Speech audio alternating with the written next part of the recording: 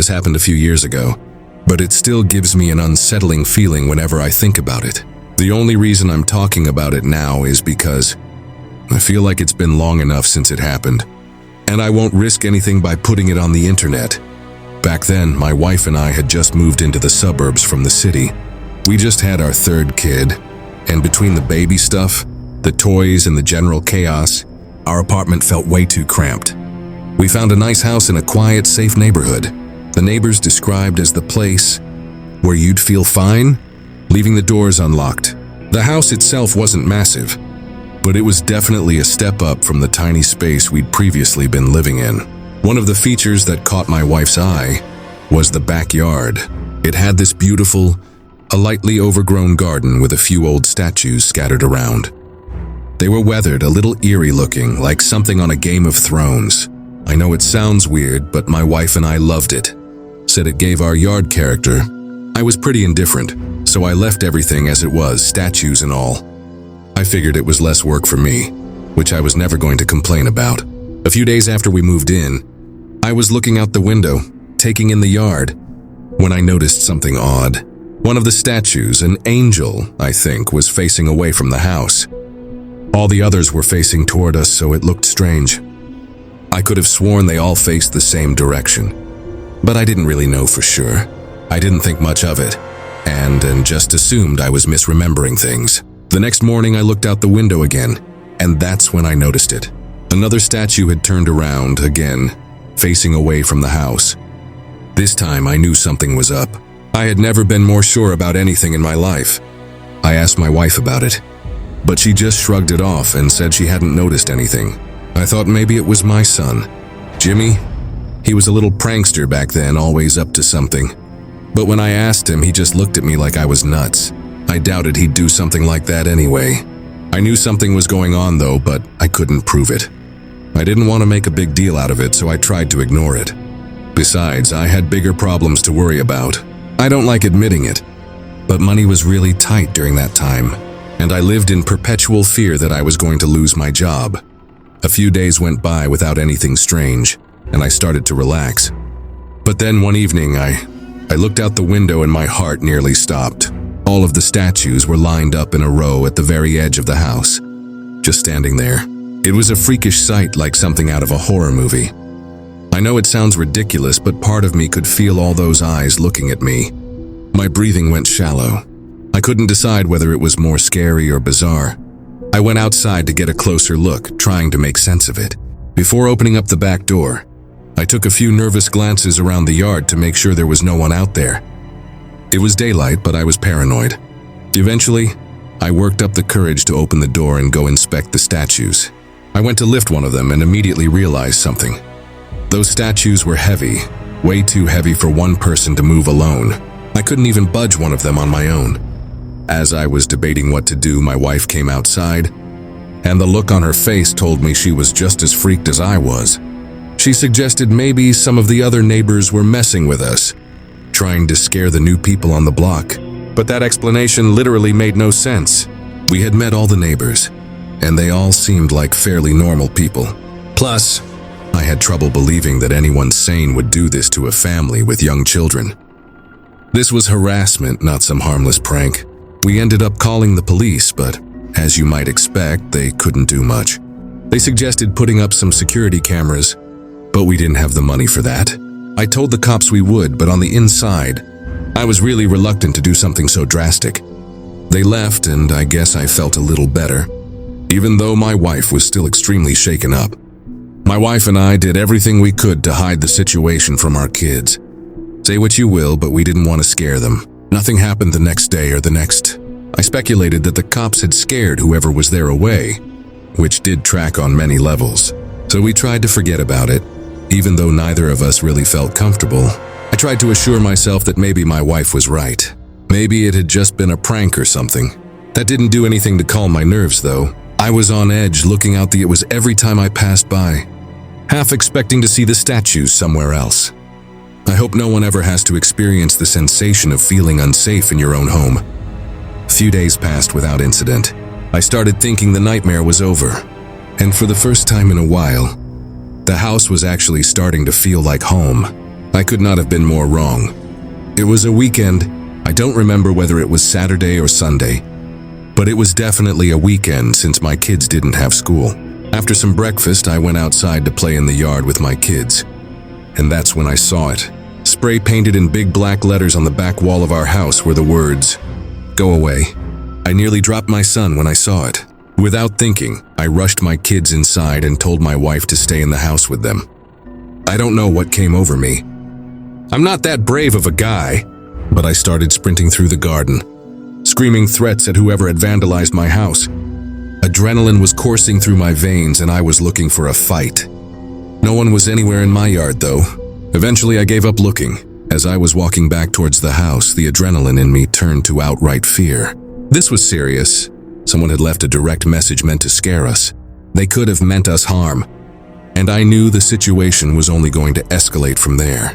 The police came again and took down another report, but without any leads, there wasn't much they could do. I insisted that they stay on the property in case those people came back, but they told me they didn't have enough evidence to waste resources like that. As far as they knew, some teenage delinquents could have been behind the graffiti. I couldn't believe what I was hearing. They told me they'd make sure a patrol officer nearby, which I guess was some consolation. My wife was twice as upset as I was, so I reassured her that we'd be okay, even though I was freaking out internally. That night I was in the kitchen when I heard my wife scream from the living room. I ran in, and she was standing by the window pointing outside. I looked and my stomach dropped. There were 5 people standing in our backyard, each of them wearing white face coverings. They were dancing around in a strange, jerky way, almost like puppets. We just stood there watching them, too shocked to move. It was terrifying. I don't know what they were trying to accomplish, but it was the most disturbing thing I'd ever seen. I snapped out in my haze and grabbed the biggest kitchen knife we had. I basically screamed at my wife to call the police, and while she was doing that, I ran out the back door with a knife in my hand. I screamed like a clinically insane person and took one step toward them before instantly regretting it. There were 5 of them and one of me. They could have been armed. Before anything else could happen, I turned and ran back inside the house like a coward.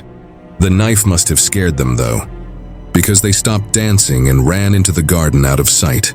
I told my wife to run upstairs, find the kids, and hide, and I guarded the back door in case they tried to break in. By the time the police arrived, those people were gone. The police did a thorough search but couldn't find any trace of them. That was the last withdrawal.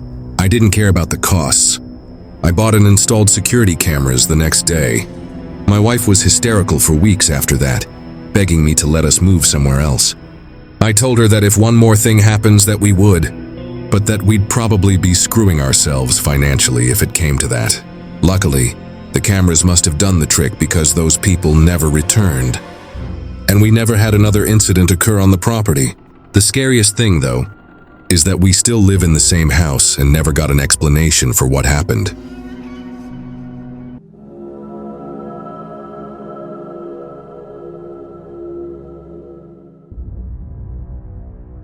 My wife Taylor and I recently moved out of our old home. She didn't like being so close to her family and wanted to put some distance between us and them. So that's what we did.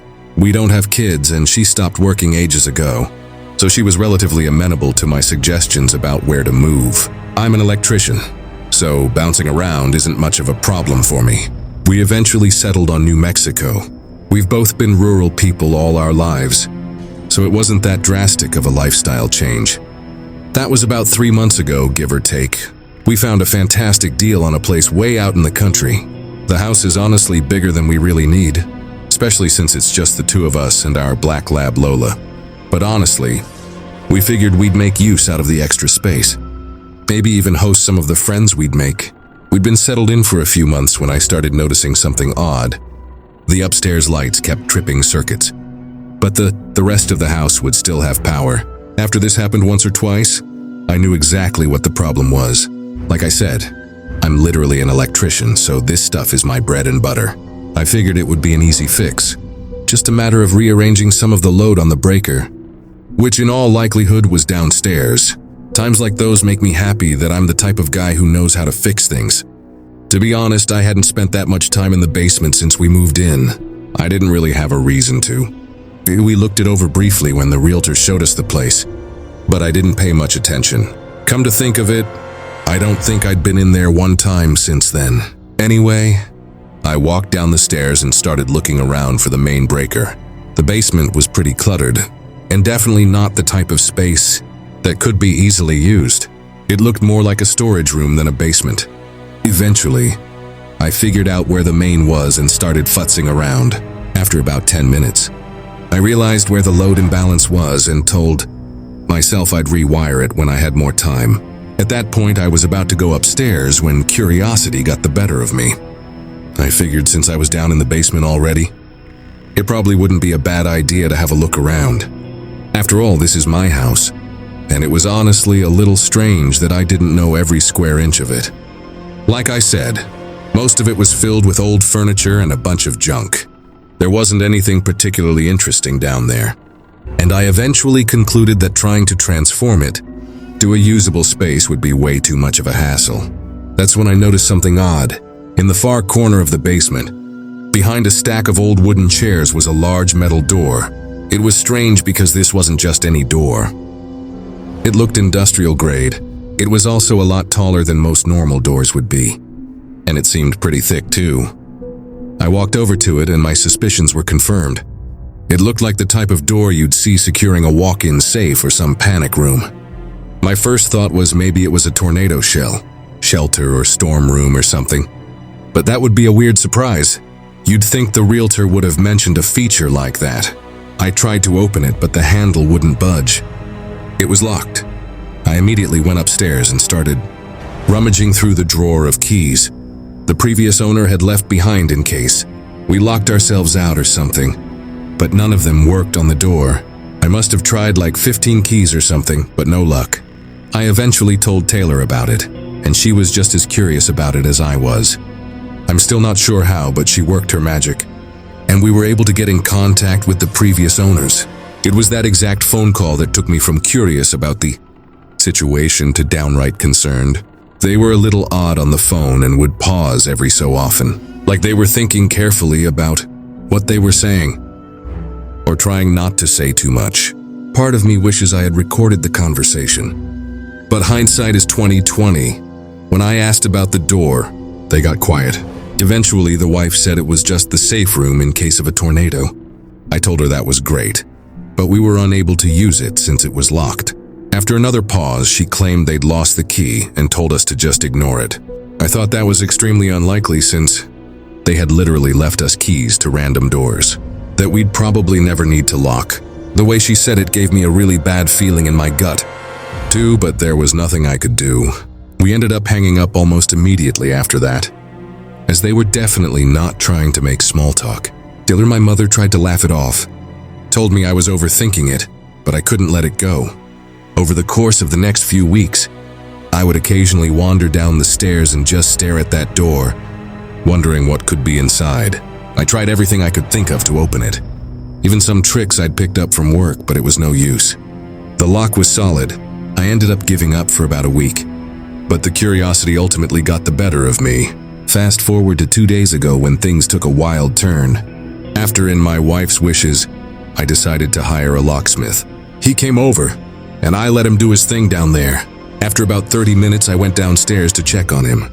He told me that the lock was unusually complex for a simple panic room. Those were his exact words. I was worried he wouldn't be able to get it open, but to my surprise, he actually managed to crack it after another half hour. I wish he hadn't. Inside, the room was set up like some shrine. There were old black and white photographs on the walls, all covered in strange symbols that I didn't recognize. In the center was a chair just facing the wall. It looked like someone had spent a lot of time sitting there, just staring at nothing. In one corner, there was a cot with crumpled blankets, and it smelled stale and gross. Then I noticed the trash, empty chip bags, crumpled water bottles. The realization smacked me in the face. Someone had actually been staying down there, and not that long ago. I was dumbfounded. I didn't think the situation could get much worse.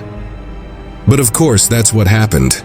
As I was trying to take it all in, I noticed a second door on the far right side of the room. It was small and half hidden by the minimal light, but it was there. I opened it and realized it led to a set of stairs that led to the cellar door outside the house. I felt like such an idiot. I hadn't even had the foresight to check the cellar door when we moved, since I just assumed it led to the basement. In all the time we'd lived here, I had never even opened it. My bewilderment at the whole thing soon became terror. Someone had literally been living in my house for who knows how long. Things started clicking in my brain. Since moving in, my wife and I had noticed a few weird things that we couldn't explain. Most of the time it was just things going missing. Until that point, I had just assumed my wife had misplaced things, which she did have a tendency to do. This discovery changed everything though. Someone had been living in our house. I had to repeat that thought a dozen times in my head before I could fully wrap my mind around what was going on. I didn't know who had been in there or why, but I knew I didn't want them coming back. I tried calling the previous owners, demanding an explanation, maybe even threatening legal action, but they wouldn't pick up. Either they disconnected their number, or they just didn't want to deal with it. Taylor was freaked out, and I was too. That night, I took some heavy furniture and barricaded the cellar door from the inside. I found a heavy-duty looking chain and padlocked it shut for good measure. I didn't care what it took. There was no way I was letting someone sneak back in through that door. The police came and took down a full report before leaving, telling us they'd do their best to try and get in contact with previous owners. We even called our realtor, who was horrified and said she'd assist the police in any way she could. That night, as we were getting ready for bed, we heard it. There was a loud bang on the front door. Lola shot up, barking like crazy, and we both froze. Neither of us moved, just staring at each other, listening. After a few minutes, the banging stopped. But then we heard small rocks tapping against our bedroom window. Taylor held on to Lola, and I went to look out the window. Taylor begged me not to, but I was furious at that point. In my mind, I was preparing to fight whoever was out there. I grabbed the baseball bat from under the bed and yanked the curtains away from the window, but I couldn't see a thing. We thought it was over. Taylor wanted me to call the police, but there was a little part of me that wanted to handle this myself. I knew the police would scare them away and call it pettiness, but I wanted to make sure whoever was out there got caught. I told her if one more thing happened, I'd call. But then from downstairs, I heard the sound of glass shattering. I sprinted downstairs just in time to see there were two figures running away from the house. The kitchen window was completely shattered. It was then that I called the police, who showed up not long after. They searched the house and the basement, but there was no sign of forced entry into the storm room. They didn't find anyone on the property either. Their best guess was that whoever had been living down there was angry when they realized they were locked out and decided to come back and scare us.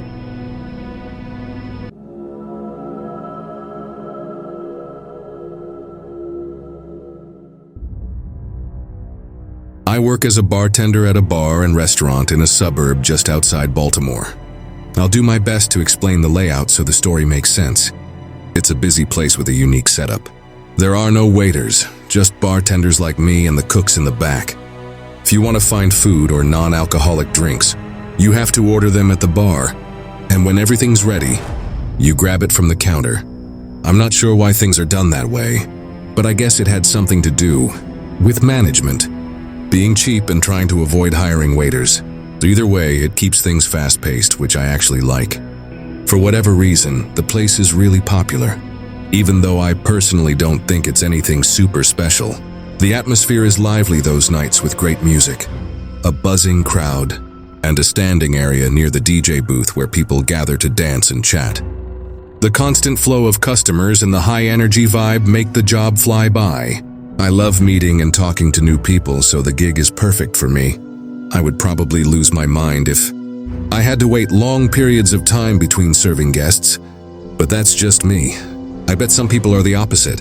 That particular night started off like any other. It was a weekend, so things were going to be super busy. I was ready. After a certain time, the bar started filling up with people. It looked like more of a younger college crowd that night, which meant more dancing, more spilling, and a rooty environment in general. Oh yeah, and worse tips, which sucked for me.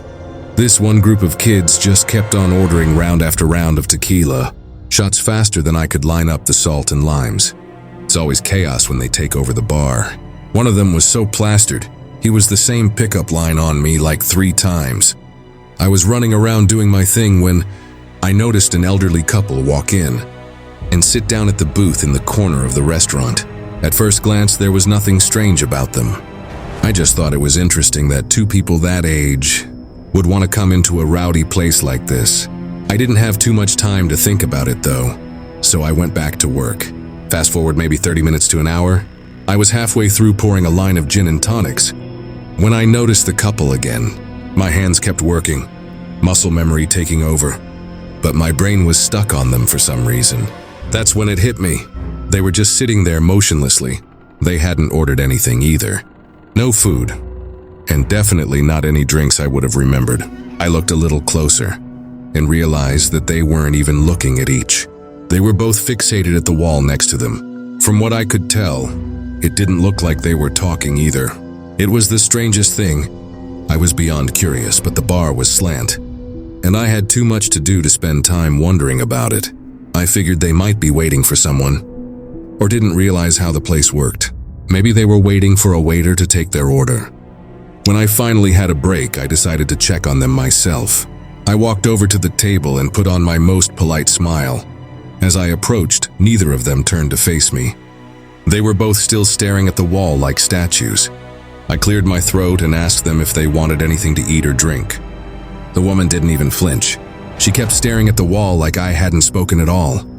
The man turned his head slowly, like he was moving in slow motion. When his face came into view, I felt a chill run through me. His skin was pale and wrinkled, and his eyes were almost sunken into his face completely. He didn't speak, just staring at me, and shook his head once, firmly but silently. Something about the way he looked at me made my stomach twist. I muttered something in response and quickly returned to the bar. I had the weirdest feeling in my gut after that. Those people looked like they didn't even belong in this century, let alone this bar. I didn't look over at that booth for a long time. Eventually, things started to die down a little, and I remembered the couple. I glanced over impulsively, and I nearly dropped the glass I was holding. Both of them were staring directly at me now. I made direct eye contact with the woman, but she never averted her gaze. I don't think I'd ever been more uncomfortable at my job than I was in that moment. I looked away and pretended to be busy, trying not to freak out completely. By the time I glanced back again, the booth was empty. I was relieved. I was just glad that they were gone, as mean as that sounds. By the end of the night, I was still thinking about the whole thing. As I wiped down the bar and closed up with my coworker, Karen, I decided to ask her if she saw anything strange. She's, I guess, what you would call a vet. She's been working there for years and prides herself on noticing everything and everyone that comes through the doors. When I asked her about the couple, she gave me a confused look and said she didn't know what I was talking about. I looked at her blankly and told her I was talking about the elderly couple that was sitting in the corner booth. She shook her head and told me she didn't remember seeing anyone like that. She jokingly asked me if I was hallucinating, which got a playful laugh out of me. But on the inside, though, I was losing it. I knew what I had seen. I asked her if she was sure, and she crossed her arms before listing at least 10 random people who had ordered food that night and what they were wearing. I laughed again and complimented her memory. But like I said before, I was dying on the inside. By the time we locked up, I started doubting myself. As I walked to my car, I noticed something that made me nearly drop my keys in fear. Across the street, there were two dark figures standing under a lone streetlight. I knew it was them. I wanted to scream, but the sound wouldn't come. I didn't wait another second. I jumped into my car door, locked the doors, and sped out of the lot without another look. The drive home was awful. I was trying not to break down the whole time. I just kept repeating, "Oh my God," over and over. I had so many questions. Had Karen somehow missed them? Were those people even real? Was I going insane? I couldn't explain it. I thought I was going crazy. I wish this story had a resolved ending, but it doesn't. I never saw those people again. I never got any explanation. I don't think I ever will.